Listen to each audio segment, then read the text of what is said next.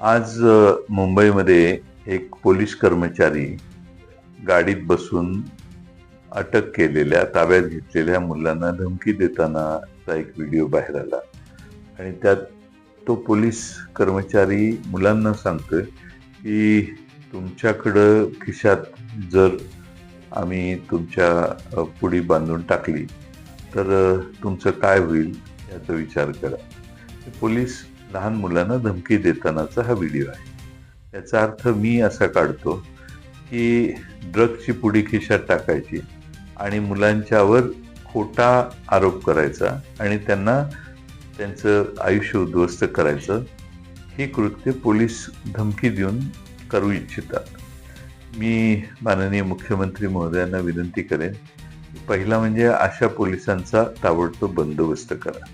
आणि मी विधानसभेमध्ये याची मागणी केलेली होती आणि ही शंकाही व्यक्त केलेली की पोलिसांचा ड्रग्सच्या कार्टेल बरोबर मोठा संबंध आहे आणि पोलिसांच्या ड्रग्सच्या वाढत्या जे प्रादुर्भाव आहे त्याच्यावर चिंता व्यक्त करताना मी असंही सांगितलेलं की आज पोलीस स्टेशनकडे ड्रग्स कुठून येतात.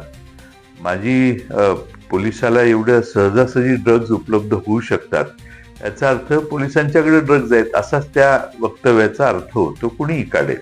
आणि म्हणून महाराष्ट्राच्या गृहमंत्री माननीय मुख्यमंत्री महोदयांना माझी आग्रहाची सूचना आहे, विनंती आहे की त्यांनी अशा पद्धतीनं ड्रग्सचं कार्टेल आणि त्या भागातले पोलीस, जे मी मागच्या सभागृहातही सांगितलं की हप्तेखोरीपणा हा आता ड्रग्सकडून चालू आहे आणि हे नवीन सोर्स ऑफ इन्कम पोलिसांचं झालंय, याच्यावर पोलीस माननीय मुख्यमंत्री महोदय कडक पावलं उचलतील आणि हे प्रकार होणार नाही तसं दिसतंय.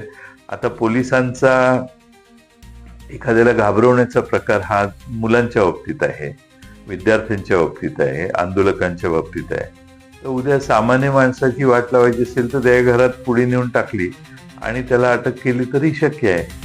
म्हणून अशा पोलिसांच्यावर गैरविश्वास निर्माण करणाऱ्या ज्या घटना आहेत त्या घटना अतिशय चिंताजनक आहेत आणि मला वाटतं माननीय मुख्यमंत्री महोदयांनी त्यात ताबडतोब लक्ष घालावं.